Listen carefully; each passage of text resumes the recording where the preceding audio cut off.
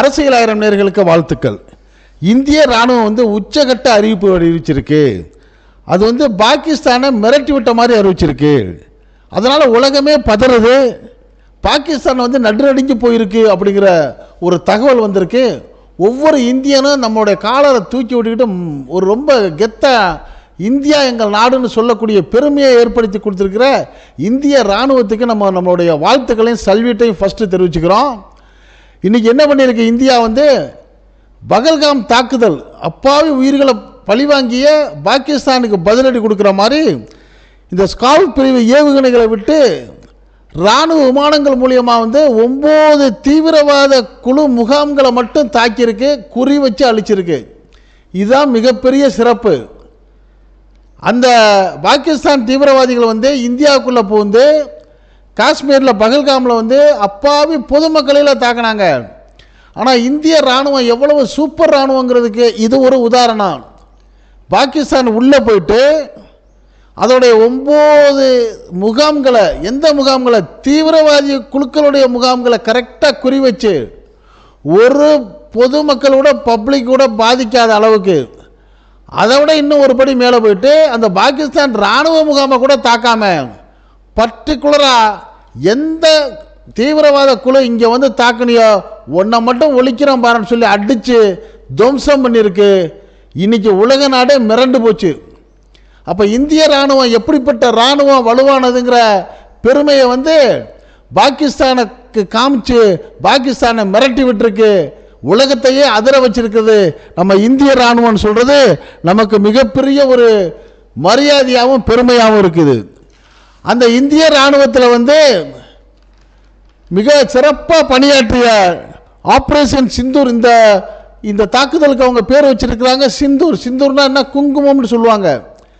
காரணம் கிட்டத்தட்ட 26 பெண்களை மட்டும் குறி வச்சு அவர்களுடைய கணவர்களை மட்டும் தாக்கி உயிரிழக்க செய்த இந்த தீவிரவாத குழுக்கள் 26 பெண்களுடைய குங்குமத்தை அழிச்சிருக்கு பார்த்தீங்களா. அதனால தான் இதுக்கு ஆபரேஷன் சிந்தூர்னு பேர் வச்சு என்ன பண்ணியிருக்காங்க, தாக்குதல் நடத்தியிருக்காங்க. இந்திய இராணுவம் மிக வெற்றிகரமாக செஞ்சிருக்கு. அப்படி செய்ததில் இந்த சிந்தூர் இராணுவ படைக்கு தலைமையேற்று வழி நடத்திய முதல் இந்திய இராணுவ பெண் வீரர், இவரையும் நம்ம பாராட்டி தான் ஆகணும். இந்திய இராணுவம் எவ்வளவு சிறப்பாக செயல்பட்டுச்சோ அதே மாதிரி இந்த இந்திய இராணுவத்துடைய இந்த ஆபரேஷன் சிந்தூரை தலைமையேற்று வழிநடத்திய அந்த பெண் இராணுவ வீராங்கனை கர்னல் சோஃபியா குரேஷியை பற்றி நம்ம ஒரு வரி சொல்லிட்டு உள்ளே போனால் நல்லா இருக்கும். இந்த போரை வழிநடத்திய சோஃபியா குரேஷி ஒரு இராணுவ குடும்பத்திலிருந்து வந்தவங்க.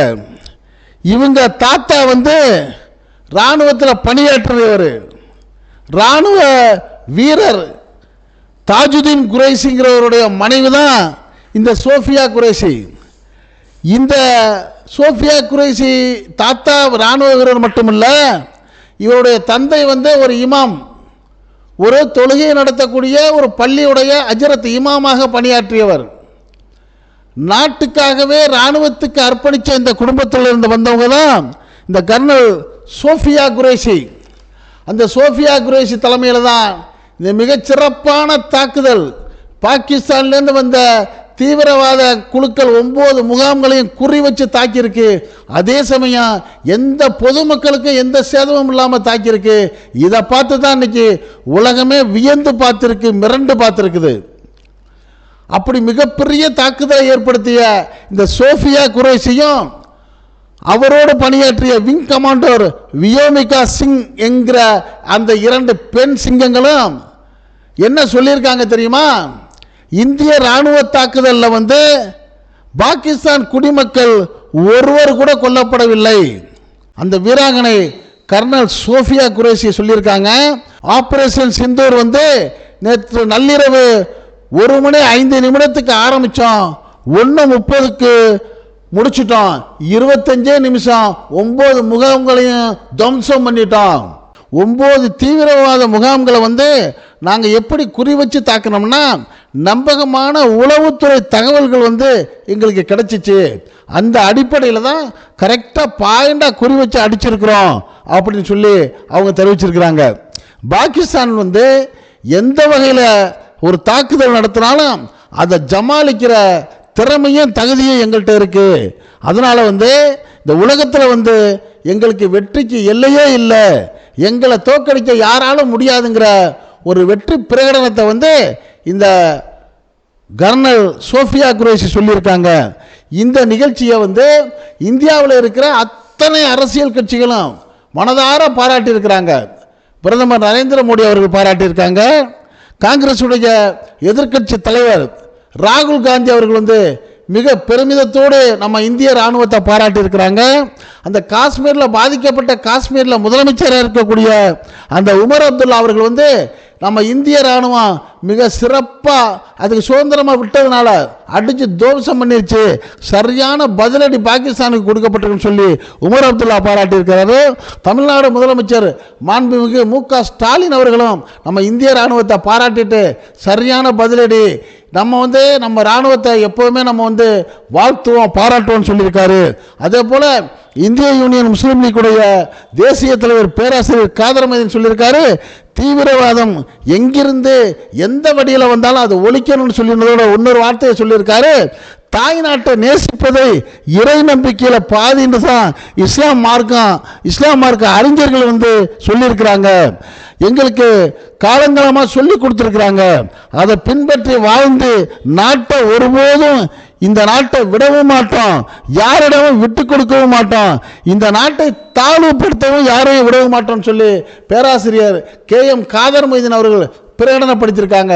ஆக இந்திய திருநாட்டுக்குன்ற ஒரு பங்கு எங்கே இருந்து வந்தாலும் நம்ம வந்து ஜாதி மதம் மொழி இவையெல்லாம் கடந்து இந்த நாட்டை காப்பாற்றுறதுல நாமெல்லாம் ஒன்றா நிற்போங்கிறத உலகத்துக்கு பிரகடனப்படுத்துறதுக்கு ஒரு வாய்ப்பாக தான் இந்த பகல்காம் பிரச்சனை நடந்து வேதனையான விஷயத்தில் இந்திய இராணுவம் எடுத்த சிறப்பான தாக்குதல் பாகிஸ்தானை பதற வச்சது மட்டும் இல்லாமல் உலக நாடுகளே இந்தியாவை பார்த்து மிரள வச்சிருக்குது.